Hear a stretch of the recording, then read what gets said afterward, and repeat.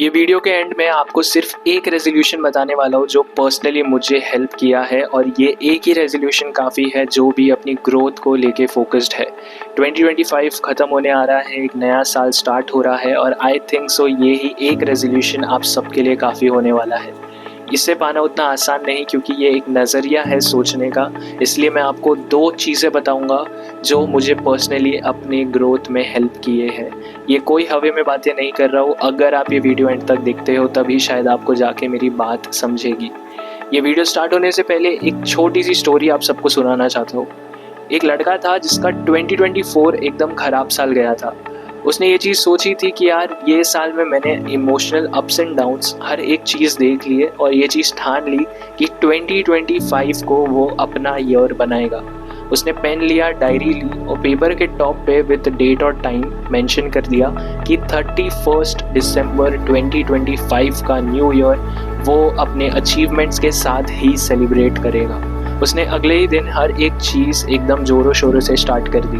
वो जिम जाने लग गया, वो बुक्स पढ़ने लग गया, और उसे एक बिज़नेस करना था जिसके बारे में प्लानिंग और रिसर्च स्टार्ट कर दी। कुछ ही महीनों बाद उसे रियलाइज़ हुआ कि उसकी कंसिस्टेंसी और डिसिप्लिन अब मेंटेन नहीं हो पा रही है। वो वापस डीमोटिवेट हो गया। उसने अपने पिछले साल को याद किया कि ये साल मैं बर्बाद होने कैसे भी नहीं दे सकता, मुझे कैसे भी करके ये साल को प्रोडक्टिव बनाना ही है।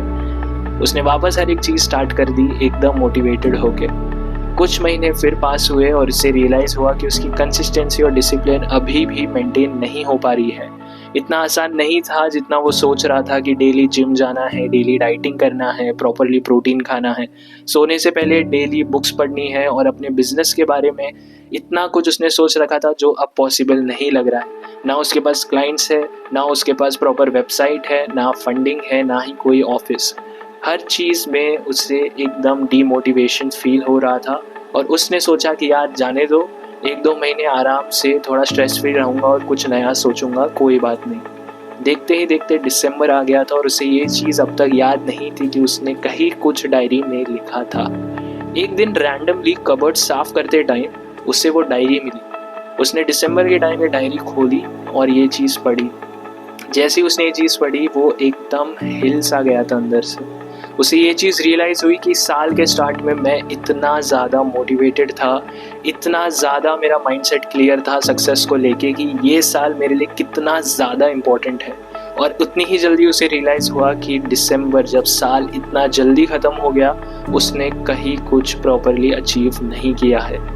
ये स्टोरी है हम जैसे मैक्सिमम लोगों की, जो साल के स्टार्ट में बहुत सारी चीज़ें प्लान करते हैं और साल के एंड में रियलाइज़ करते हैं कि हमने खास कुछ अचीव नहीं किया है। ये सेम साइकिल में हम भी फंस जाते हैं उसी लड़के की तरह, जब साल के स्टार्ट में बहुत मोटिवेटेड रहते हैं, बहुत कुछ प्लान करते हैं, और उतनी ही जल्दी रियलाइज़ करते हैं साल के एंड में कि हमने कुछ खास अचीव नहीं किया है। हम ये सोचने में रह जाते हैं कि यार अगर मैंने 2 साल पहले ये चीज़ स्टार्ट की होती तो मैं आज कहीं और होता। अगर मैं सिर्फ 4 महीने भी जिम चले जाता कंसिस्टेंटली तो आज मेरी बॉडी डिफरेंट होती। अगर मैंने वो इन्वेस्टमेंट का डिसीजन लिया होता तो आज मेरा प्रॉफिट कुछ अलग होता। क्योंकि ये चीज़ आप हर जगह अपने दोस्तों में, अपने फैमिली में और आसपास देख रहे हो, जो लोग कुछ कुछ करके चीज़ें कंसिस्टेंटली रह के कहीं ना कहीं वो सब चीज़ें अचीव करने लग गए हैं जो आप हमेशा करना चाहते थे। The problem is not you. Firstly इस चीज़ को समझो, कंसिस्टेंसी, डिसिप्लिन ये सब प्रॉब्लम नहीं है, क्योंकि ये सब आप में है। यू आर नॉट लेज़ी, क्योंकि पास्ट में आपने हर एक चीज़ की है जो आज आपको करनी है। कंसिस्टेंटली आपने हर एक चीज़ की है अपने पास्ट में, चाहे वो सुबह उठ के पढ़ना हो। किसी ने आपको बोला नहीं था कि सुबह उठ के पढ़ना है या ये स्किल सीखना है। आपने पास्ट में वो हर एक चीज़ की है, बट हम अब क्यों नहीं कर पाते जब हमारे पास और मेंटल पावर और इमोशनल कैपेसिटी है। The real problem is you just don't know yourself better.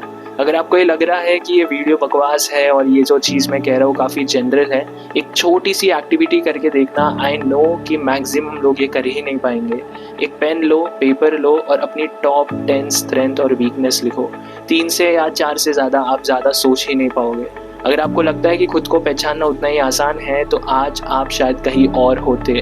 आपको क्या लगता है ये बड़े बड़े बिजनेसमैन हैं, क्रिएटर्स हैं, एक्टर्स हैं, ये सब साल भर साल कुछ ना कुछ अचीव करते और पैसे कमाने लग जाते और हम सोचते यार इसकी नेटवर्थ इतनी थी, अब वो इतना पैसा कमा चुका और हम कहीं ना कहीं सिर्फ वही फंसे हुए हैं। बिकॉज ये लोग जानते हैं उन्हें क्या चीज़ करनी है, उन्हें दिल से क्या सच में पसंद है और किस चीज़ के बिना वो चैन से नहीं रह सकते। They just know themselves better. Consistency, discipline, ये सब खुद ब खुद आ जाती है। ये चीज़ को समझो, एक लेयर अप सोचने की कोशिश करो कि तुम्हें सच में क्या चीज़ पसंद है। रेजोल्यूशन रखना ही है तो ये साल के स्टार्ट में सिर्फ एक रेजोल्यूशन रखना कि ये साल मैं अपने आप को और अच्छी तरीके से पहचानूंगा। अपने आप से क्वेश्चंस पूछो और समझो कि तुम कौन हो, तुम्हें सच में ज़्यादा क्या चीज़ पसंद है, ऐसे क्या टैलेंट है जो तुम में नेचुरली आते हैं जहाँ तुम्हें ज़्यादा मेहनत करनी नहीं पड़ती। ये सब क्वेश्चंस अपने आप से पूछो, तभी जाके तुम अपने बारे में जान पाओगे। ये सब समझना करना इतना आसान नहीं है, इसलिए मैंने आपको बोला था कि लास्ट में 2 तरीके बताऊंगा जो पर्सनली मुझे हेल्प किए। सबसे फर्स्ट, हमेशा अपने बचपन में जाओ because your past has all of the answers for your future growth.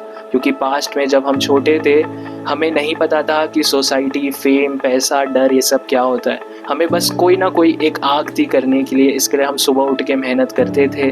हमने छोटी छोटी चीज़ें अचीव की है, कंसिस्टेंट रहे हैं, डिसिप्लिन्ड रहे हैं। अपने पास्ट में जाके अपने आप से पूछो जो भी आपने अचीव किया था, चाहे एक छोटी सी रेस जीती थी, कोई ड्राइंग कंपटीशन जीता था, कितनी ही चीज़ छोटी हो बट उस टाइम पे वो आपके लिए बड़ी थी।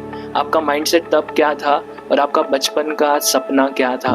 आज जस्ट बिकॉज सिचुएशन किसी की काफ़ी ख़राब है या आपके कंट्रोल में नहीं है, इसका मतलब ये नहीं कि आप अपने सपने और ड्रीम्स को भूल जाओ। अपने बचपन में जाओ, ध्यान से सोचो, तुमको बहुत सारे आंसर्स क्लियरली मिलेंगे अगर तुम खुद से ऑनेस्ट रहोगे तो। द सेकेंड थिंग इज़, कभी भी करियर रिलेटेड कुछ भी डिसाइड करना हो तो ये 3 चीज़ फिल्टर आउट करके ही डिसाइड करना। पैसा, डर और सोसाइटी। ऐसा मानो कि पैसा एग्जिस्ट ही नहीं करता, तब आप दिल से सोचोगे कि सच में आपको क्या चीज़ करना पसंद है, क्योंकि पैसा ऐसा कुछ एग्जिस्ट करता ही नहीं है। ये तरीका है जो आपको बताएगा आप दिल से सच में चाहते क्या हो। दूसरी चीज़ है सोसाइटी। ऐसा मानो कि सोसाइटी को कुछ सच में फ़र्क ही नहीं पड़ता और वो सच में खुश है आपके लिए, तब आपको कभी किसी चीज़ स्टार्ट करने में शर्म नहीं आएगी। तीसरी चीज़ है डर। अगर डर का कॉन्सेप्ट ही नहीं होता और हमें डर जैसी कोई चीज़ पैदा ही नहीं होती, तब आप कभी नहीं सोचते कि ये चीज़ को मुझे पाने के लिए इतना टाइम लगेगा। हर एक टाइप का डर आपके मन से हट जाएगा। आप ध्यान से सोचो, काफ़ी लोगों को रिलेट हो गया होगा। आपको चाहिए तो ये वीडियो वापस पीछे जाके ध्यान से सुनना 5 बार 10 बार, आपको आपके आंसर्स क्लियरली मिलेंगे। क्योंकि इसी तरीके से मैं भी डिसीजंस लेता हूँ और मैं भी वो पुराने साइकिल्स में फंसा हूँ। आई होप जो ये वीडियो अब तक देख रहे हैं उन्हें एक नया एंगल मिला होगा सोचने का, एक नया नज़रिया मिला होगा चीज़ें सोचने और देखने का। आई रियली होप 2026 आपका काफ़ी अच्छा साल जाए और आप भी एक पेन लो, पेपर लो उसी लड़के की तरह और लिख दो कि आज आपका माइंडसेट क्या है और लास्ट में 31 दिसंबर को वो पेज वापस खोलना। आई एम श्योर आप कुछ ना कुछ ज़रूर सीखोगे, चाहे आपने कुछ अचीव किया हो या नहीं किया हो, आप कुछ ना कुछ सीखोगे and that year will be a stepping stone, क्योंकि अब आप सोचना अलग स्टार्ट कर चुके हो। So wish you a really happy new year and I hope आपका इस साल काफ़ी ज़्यादा अच्छा जाए। All the best, thanks.